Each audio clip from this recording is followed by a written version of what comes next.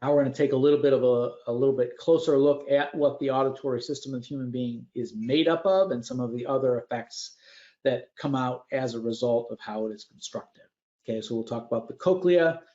That will lead us into the third octave spectrum and then eventually into something called the Bark scale. Okay, so this is the human auditory system that we're all familiar with: ear, ear canal, eardrum, sort of sequence of bones that transmit the vibrations from the eardrum into this spiral-shaped organ called a cochlea. Okay, and this cochlea has a logarithmic spiral shape to it. Okay, and then you have all these nerves that touch the cochlea, and these auditory nerves would then go to the brain, and this is how the processed information from the cochlea gets sent to the brain, and then we perceive it as sound. Okay, so if we were to take a little bit closer look at this cochlea, we have a nice logarithmic spiral shape, and if we were to map out the different frequency ranges of the cochlea, they would appear something like this, where the very, very tip would be 20 kilohertz, and then we would go down in frequency as we go around the spiral, and then the low frequency end of the frequency spectrum is in the inside of the spiral.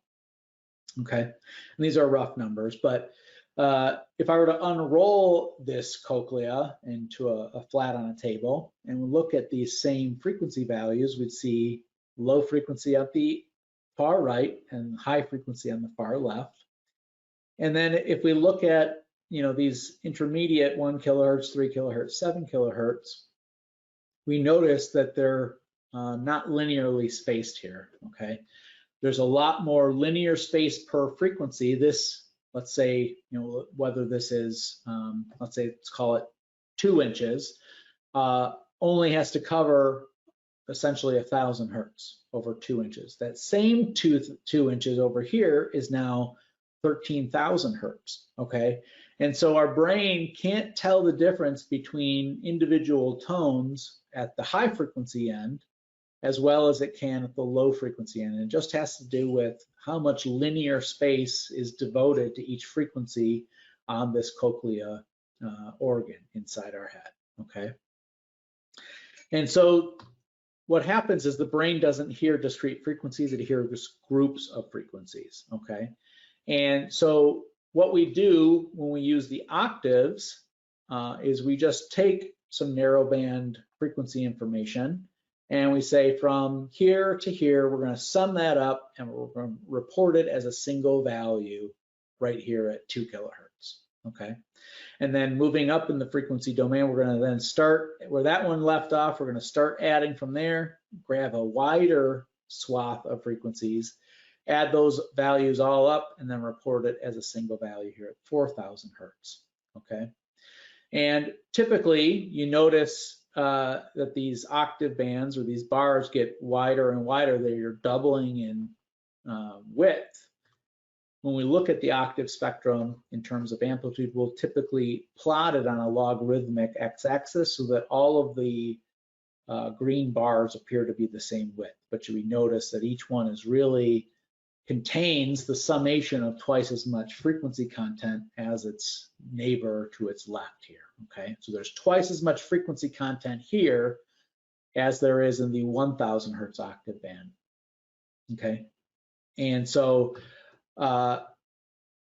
we realize that the brain is sort of grouping frequencies in these logarithmic buckets, if you will.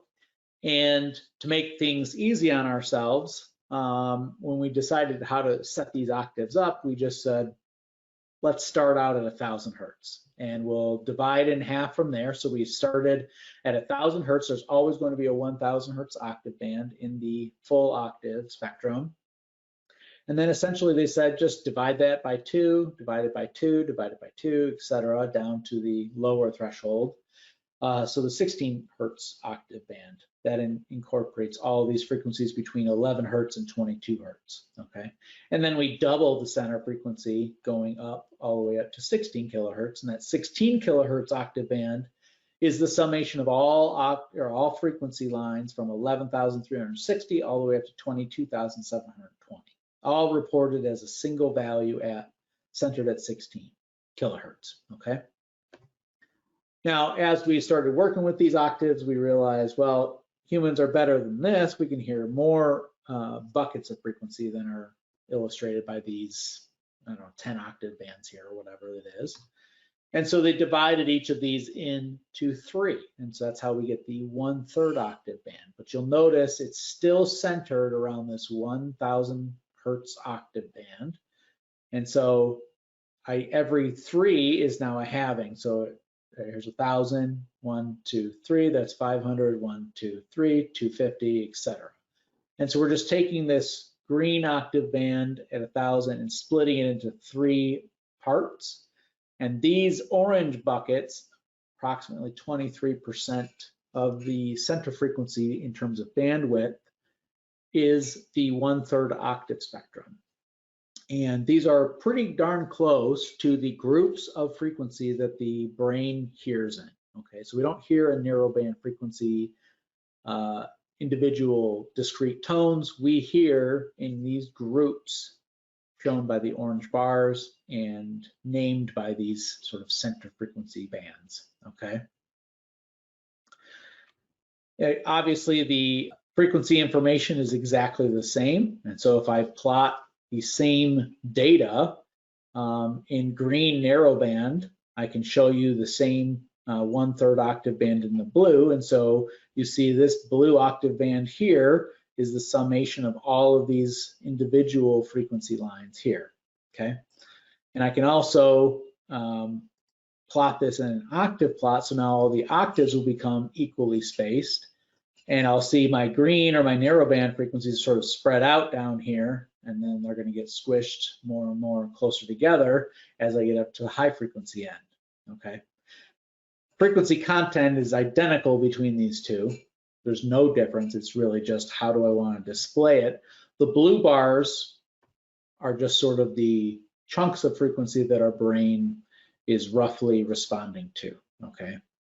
So we see this nice sort of almost Gaussian distribution in terms of frequency content, but we know that a lot of this amplitude is derived from these tones in here, and that will certainly have different sound quality implications for us further down the road. But in terms of amplitude, it doesn't matter whether these peaks are here in the narrowband or not.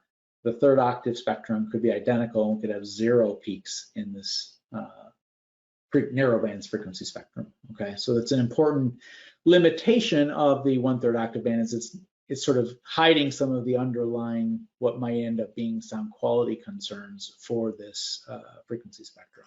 Okay, so we use the 1/3 octave band because it's a nice rounded number mathematical tool to group frequencies into amplitude groups that sort of correspond to how the human brain hears frequencies and amplitudes. And it's a convenient way to model the frequency domain aspect of our hearing. It is, was originally developed by people who arbitrarily chose 1000 hertz and multiplied by 2 and divided by 2 above and below that in terms of frequency. So it is a mathematically derived approach to it. When we look more closely at human perception in terms of frequency bands, that was sort of the focus of research that resulted in the critical bands or the bark bands. This is a much more accurate group. It's very, very similar to the 3rd octave band, but it was all derived. They didn't care whether each octave band had the same width.